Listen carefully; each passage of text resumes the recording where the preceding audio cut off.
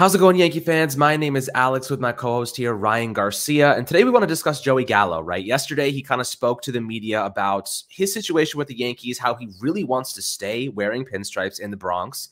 But the reality is that he's been terrible this season for the most part. And I want to discuss some of his numbers, what's going on with him, how he feels about it. He had a couple of interesting quotes I'm sure you guys want to hear, and kind of what he would need to do to justify being kept at the deadline instead of being maybe flipped for a reliever or kind of a bigger package that he's included in.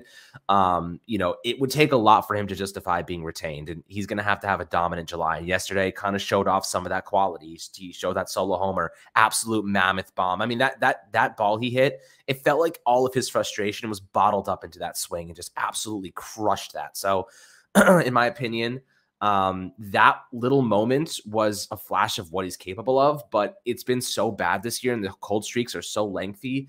He would have to have just a magisterial July to justify, kind of being kept for the remainder of the year and not replaced in right field. But Ryan, before we dive into Joey Gallo, his metrics and kind of discussing what he had to say about it, how you do today, my friend?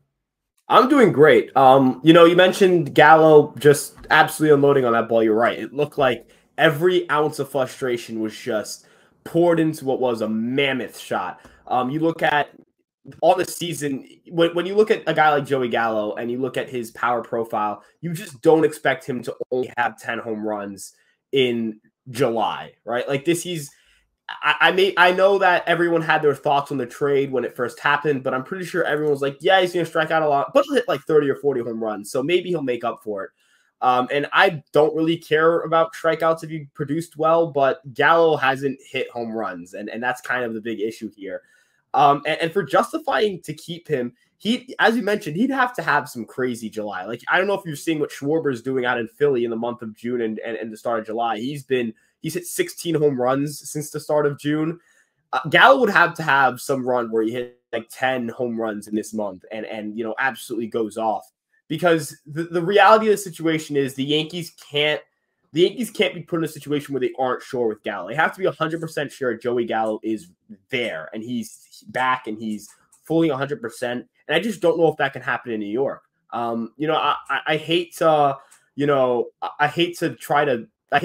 put this label on a guy when he's been here for about a year, but I just don't think he's someone who can work as a New York Yankee in New York because he's shown he hasn't, there's a clear skill gap into what he was before. He's chasing way more. He's hitting for less power.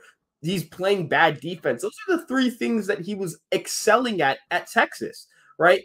And I don't think it's a matter of, the style of player didn't work out. Not really, because the style of player didn't happen over here. It just didn't, he didn't stay a remarkably disciplined hitter who doesn't chase. He didn't, go out and hit 20-plus home runs by the deadline. He didn't do any of the things that Joey Gallo is known for doing. And so for Joey Gallo to really be someone that sticks around, he's going to have that crazy month of July where he puts this team on his back and he goes on an unreal run, scorched earth, crushes the American League, crushes whoever he faces, and come the deadline, he's one of the better hitters in the lineup. But I just don't think that's happening. I just think that's so unrealistic to expect from a guy that I've kind of shifted to, okay, who's the left fielder the Yankees can get for him? Yeah, absolutely. I mean, last night you look against the Pittsburgh Pirates, like we mentioned, had that blast, but he had 2 runs, a hit, and 2 walks. That was probably the best game he's had in over a month, right? Last month in June, he hit 138 with a 263 on base percentage and 354 slugging. I mean, overall, he was abysmal. He almost struck out at 50%, like 50% strikeout rate. It doesn't matter who you are. That is unjustifiable. You cannot continue rolling with that type of strikeout rate because you're an automatic out. It's not like you're making contact and shifting a batter over. You're simply just an automatic out 50% of the time. So that is just not something the Yankees can continue to roll with. Now on the season, he's hitting 167, 28% on base rate, 338 slugging percentage. He's hit 10 homers and 19 RBIs. That home run total should be much better. It should be probably closer to 20 at this point in the season. 40% strikeout rate, still not justifiable. We can live with 35%. We really would like him to be around 30%. He's a 37% strikeout type of guy, but 40% is just abysmal. And here's the thing, Ryan, that really confuses me, right? You look at his hard hit metrics, 48.6% hard hit rate, 19.6% barrel percentage, 21.7 degrees of launch angle. I mean, his exit velocity is down to 88.4 from 91.5 miles an hour last year. But those hard hit metrics indicate he should be a better player, right? And if you even go one step further and look at his fly ball ratio is 49.5%. He's hitting fly balls on 50% of his contacts. So it's like when you look at the home run to fly ball ratio, it's down. He's only hitting home runs on 18.9% of his fly balls. And that's down from 27% last year. That's almost a 10% decrease. You look at 2019, 37% home run to fly ball ratio. That number has just dropped like a rock. He's just missing the ball. But at the end of the day, I think it's a little bit more mental for him than it is physical, right? Like he just can't handle the smoke of being a New York Yankee. I mean, Aaron Boone said it yesterday. I definitely think coming over here was a difficult adjustment for him and something that he's continued to work very hard to overcome. And we're going to continue to support him. And adjusting to the Yankees was never really was a thing. He was the perfect mold fit for the Yankees roster, right? They wanted a slugger. They wanted a lefty. He was a good defender, Gold Glove winner last season. You know what I mean? Like this is not a guy that they had to shift and change too much. Maybe they wanted to add a little bit more launch angle. I don't know. They wanted to make some minor changes. But overall, it was more psychological, in my opinion, than physical. You know, do you find that to be the most impactful variable and negatively impacting him up to this point? For Joey Gallo, yeah, I'd agree. It's mental, right? Like look at his chase rates, right? From 2019 to 2021, that's the player that you're looking for, Joey Gallo. Like that's the guy the Yankees expected. And his chase rate, so the rate at which he swung at pitches outside the zone was 20.2%. That's elite, right? So he's barely chasing, and when he does swing, he's swinging at pitches in the zone and he's crushing them. This year, it's at 27.5%. That's a huge jump. If you look at, that's going from great plate discipline to meh plate discipline or slightly below average plate discipline. That's a problem. When you strike out a lot, you typically want to have the ability to work walks. Now, Stanton's is a guy who also chases a lot, but the difference is also Stanton, happens to hit the ball harder than almost anyone else on this planet. And, whenever he puts the bat on the ball, it's terrifying as a fielder. You look at Gallo, he pulls the ball a lot. So the question isn't, is he not pulling fly balls at Yankee Stadium? He pulls a bunch of fly balls. He hits the ball pretty hard. His line drive rate actually went up from last year, and you would imagine line drives are better than ground balls. So what's the deal here? The deal is just, as he mentioned, he's not making a lot of contact, which is obviously an issue for him, and he's very pitchable. I don't really think a lot of guys are pitchable. But Gallo definitely is. And it's because if you look at the high fastball, he struggled with that mightily. Changeups down and away tend to be a big problem for him. So for right-handed pitchers, the formula is throw your fastball upstairs and then throw a changeup down and away.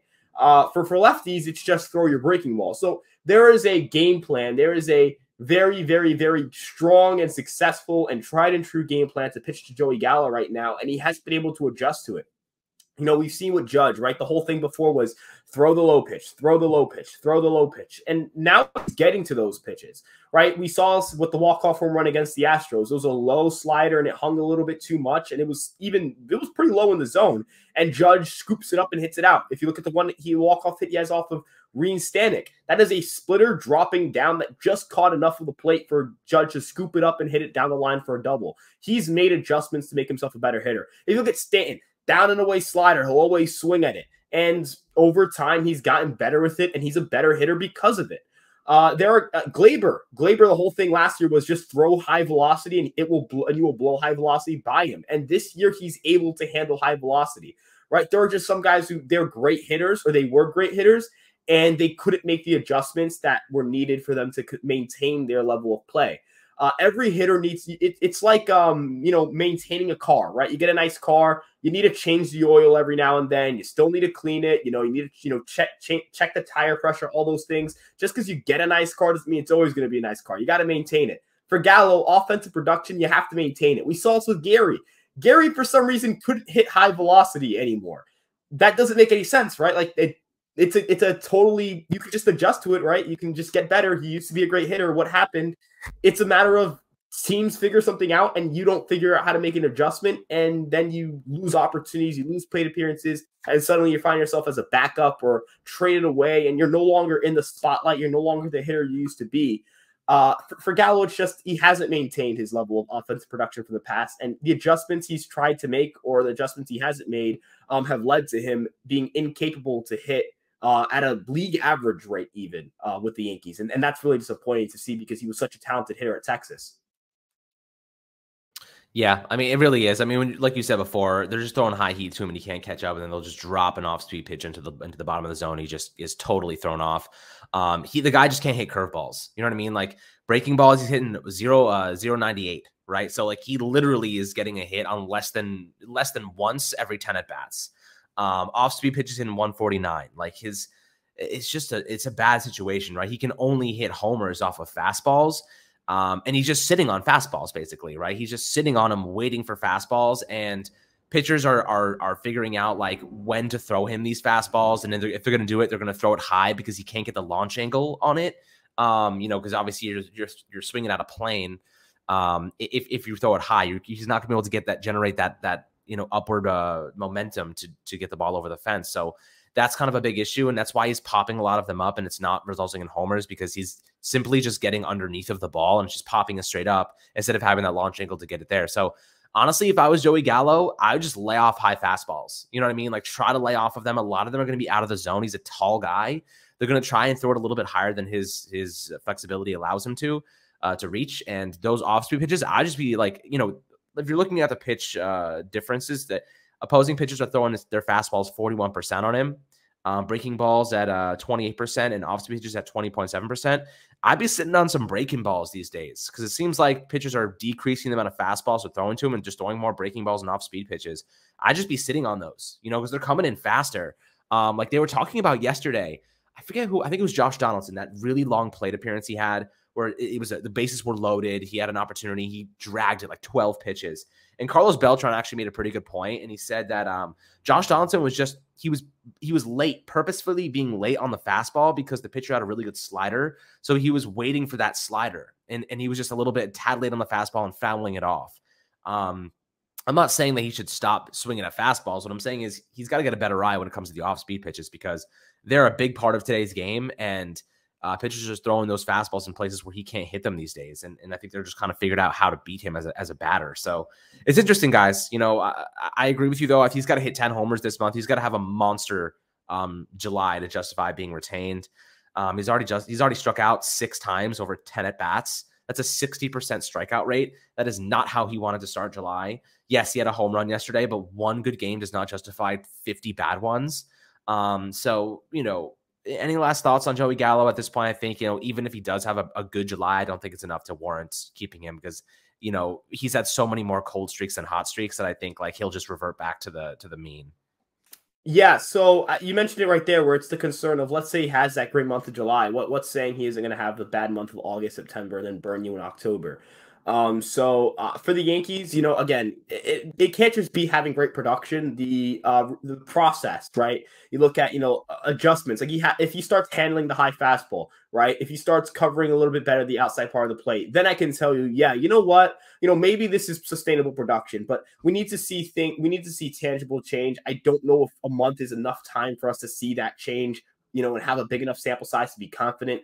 So ultimately, time is just not on Gallo's side as a Yankee. Now, for the season, I don't put it past Gallo for him to have a strong month of July, get traded, give the Yankees some value in a trade, and then go off and have a strong second half, right? I'm not rooting against the guy. And I hope that a lot of Yankee fans feel similarly, where they're not rooting against the guy. This is a guy who, if he plays well, it's good for the Yankees, right? I saw some comments on Twitter yesterday where people are like, oh, IKF is heating up. This is bad because that means they're not going to, look at the shortstop position. Well, yes, you want to have the best player available, but if IKF figures it out, that's better for the Yankees than any other outcome, right? And if he doesn't figure it out, the Yankees aren't going to be persuaded by 2 games. They'll analyze the position. They'll look at every position.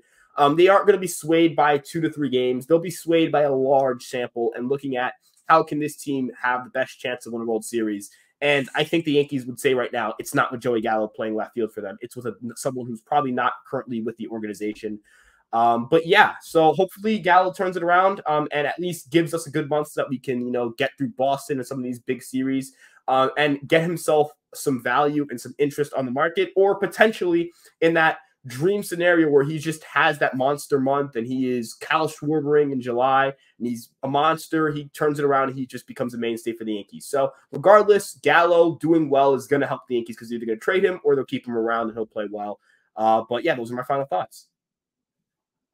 Yeah, guys, but I would love to hear your opinions below in the YouTube comments, as always, my friends. Thank you so much for helping us get to 1,000 subscribers, by the way. It really means the world to us. Been working really hard and, building a really cool community. I hope you guys are enjoying that. And continue to provide your thoughts, comments, feedback, anything that you think that we should be doing differently or types of content you'd like to see. Always happy to hear your opinions, as always, below. But make sure to like and subscribe, as always, my friends. We'll catch you guys on the next Fireside Yankees episode.